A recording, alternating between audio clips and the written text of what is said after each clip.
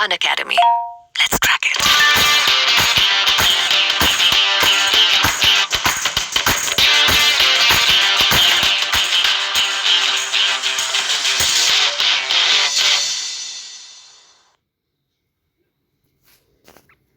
Hi friends, मैं आकांक्षा Sharma GK with आकांक्षा में आपका स्वागत करती हूँ। आज हम विज्ञान के वस्तुनिष्ठ प्रश्नों की 3rd क्लास पढ़ने वाले हैं। इसके पहले हमने इसकी 2 क्लास पढ़ चुकी थी, जिसमें हमने इसके 21 क्वेश्चन कर चुके थे। और ये स्पेशली मैंने MP PSC, MP police, MP constable और जेल प्रहरी के लिए लाई हूँ, जिसमें विज्ञान का एक बहुत ज़्यादा वेटेज रहता है। एमपी पुलिस के नोट्स तैयार हो रहे हैं, जिसमें आपको पूरा हिंदी जो है हस्तलिखित तरीके से रहेगा, पूरा मैथ रहेगा, रीजनिंग रहेगा, एमपी जीके रहेगा, विज्ञान रहेगा और जीके रहेगा, ताकि आपको कहीं बाहर से परेशान ना होना पड़े और एक ही जगह पे आपको पूरी चीज़ें उपलब्ध हो जाएं। तो चलिए स्टार्ट करते हैं। आगे बढ़ने से पहले अगर चैनल पे नए हैं तो चैनल को सब्सक्राइब ज़रूर कीजिएगा, ताकि आपको आने वाली सभी वीडियोस की इन्फॉर्मेशन मिलता रहे। और फ्रेंड्स, एक और चीज़, अगर आप इसका मोबाइल का पीडीएफ जो आप पढ़ रहे हैं उसका वीडियो का पीडीएफ लेना चाहते हैं, तो आप डिस्क्रिप्शन में दी लिंक से व्हाट्सएप ग्रुप से जुड़ सकते हैं, जहाँ पे आपको इसकी पीडीएफ मिलती रहेगी। और भी एमपी पुलिस, एमपी कांस्टेबल और वनडे एग्ज़ाम एमपी के जो भी हैं उनसे संबंधित पीडीएफ आपको वहाँ से मिलती रहेगी। तो पहला क्वेश्चन है आज का कि प्रतिक्रिया के लिए एक समान और विपरीत प्रतिक्रिया होती है ना। तो ये बोल रहे प्रतिक्रिया के समान या एक प्रतिक्रिया होती है, तो उसके लिए एक तो एक समान प्रक्रिया होती है और एक विपरीत प्रक्रिया होती है। तो यह नियम किसने दिया था? न्यूटन ने दिया, आइंस्टीन ने दिया, बोहर ने दिया या हैंडेल ने दिया? तो ये न्यूटन ने दिया था। तृतीय नियम है ये। इसके अनुसार क्या होता है कि हर क्रिया के प्रति एक विपरीत प्रतिक्रिया होती है।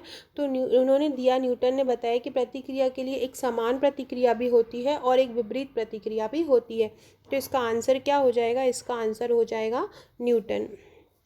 दूसरा क्वेश्चन है कि दूरदृष्टि में जो प्रतिबिंब बनता है, दूरदृष्टि दोष में अगर हम जो चश्मा लगाते हैं, प्रतिबिंब अगर हम यूज़ करते हैं दर्पण में, तो वो कहाँ पे बनता है? दूरदृष्टि में प्रतिबिंब कहाँ पे बनता है?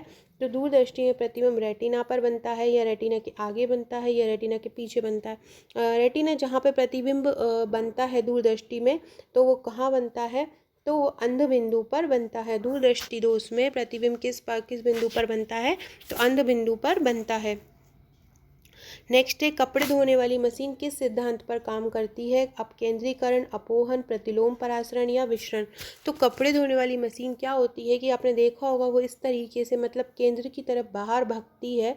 तो मशीन का जो मशीन के जो पंख होते हैं वो इस तरह से रहते हैं, तो बाहर की ओर रखते हैं, मतलब केंद्र से दूर जाते हैं। तो ये जो सिद्धांत होता है केंद्र से दूर जाने का, ये अपकेंद्रीकरण का सिद्धांत होता है।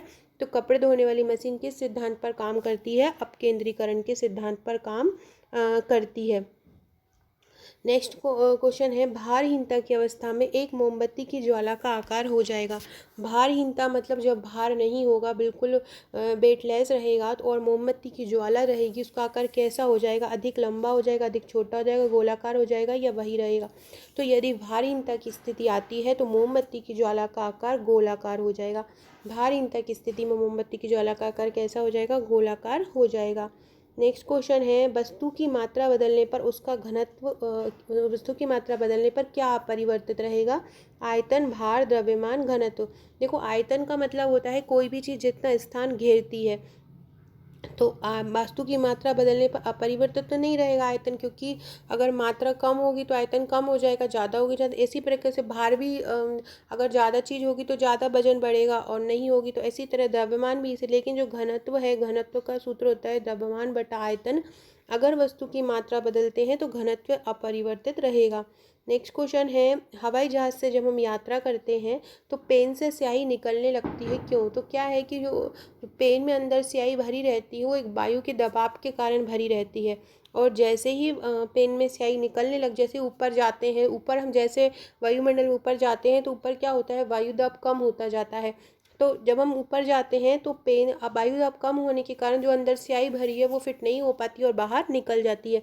इसका आंसर हो जाएगा वायु दाब में कमी के कारण। नेक्स्ट क्वेश्चन है, निम्नलिखित किस सिद्धांत पर रॉकेट कार्य करता है? रॉकेट किस सिद्धांत पर काम करता है? अवोगैड्रो अवधारणा, ऊर्जा संरक्षण, संवेग संरक्षण या बर्नौली का सिद्धांत? तो जो रॉकेट होता है, रॉकेट संवेग संरक्षण के सिद्धांत पर काम करता है। रॉकेट किस सिद्धांत पर काम करता है? रॉकेट संवेग संरक्षण के सिद्धांत पर काम करता है।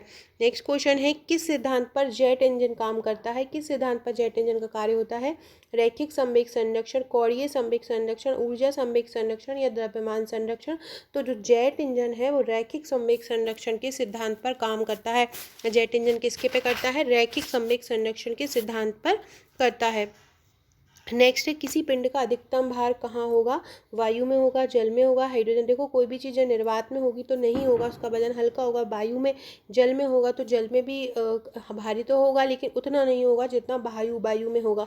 तो किसी पिंड का अधिकतम भार सबसे ज़्यादा कहाँ होगा? वायु में ही होगा। अधिकतम भार कहाँ होगा? वायु में होगा।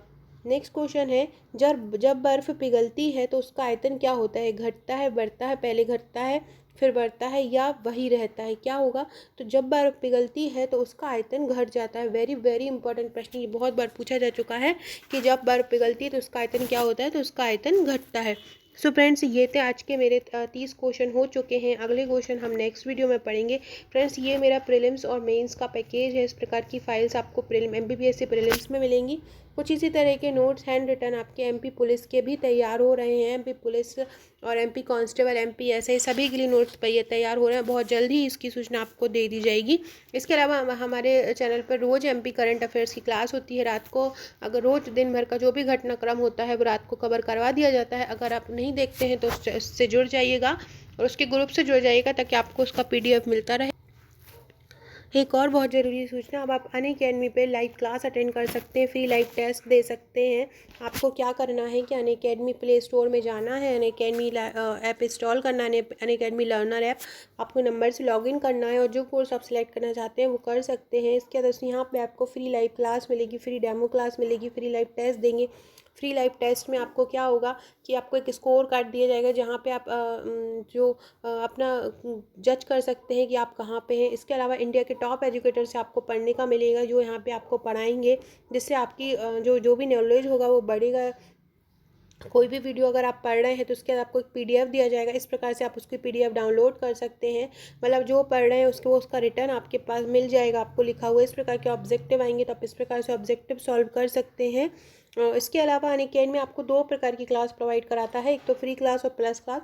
क्या होता है, जो प्लस क्लास होती है उसमें आपका पूरा कंप्लीट सिलेबस होता है, जबकि फ्री जो क्लास होती है उसका लिमिटेड सिलेबस कवर होता है। प्लस क्लास में आपको अनलिमिटेड प्रैक्टिस सेट होते हैं, जबकि फ्री क्लास में ओकेजनल प्रैक्टिस सेट दिए जाते हैं। प्लस क्लास में अनलिमिटेड PDF होती हैं, जबकि फ्री क्लास में ओकेजनल PDF दिए जाते हैं। और प्लस क्लास में ऑल डाउट आप क्लियर कर सकते हैं, जो भी आपके मन में हो। ये यहाँ पे आप लिमिटेड डाउट सॉल्व कर सकते हैं। तो ये फ्री क्लास और प्लस क्लास में अंतर हो जाएगा। इसके अलावा आपको 2 प्रकार की पत्रिकाएँ अनअकैडमी की तरफ से दी जाती हैं। ये करंट अफेयर की है, जिसमें पूरे साल का करंट अफेयर्स आपके लिए रहेगा। नवंबर मंथ का फर्स्ट पार्ट भी आ चुका है, जिसकी लिंक डिस्क्रिप्शन में आपको दी गई है, आप वहां से चेकआउट कर सकते हैं। इसके अलावा ये हज़ारों प्रश्नों की एक सीरीज़ है, इसे भी आप दे सकते हैं। ये नवंबर के कोर्सेज हैं, इसमें आपका PSC, व्यापम, कांस्टेबल सभी है। इसके अलावा आप अगर मेरे कोड का यूज़ करते हैं और प्लस कोर्स लेते हैं तो आपको 10% का डिस्काउंट मिल जाएगा। मेरा कोड है आकांक्षा GK, जिसकी लिंक आपको नीचे डिस्क्रिप्शन में मिल जाएगी। Okay friends, thank you.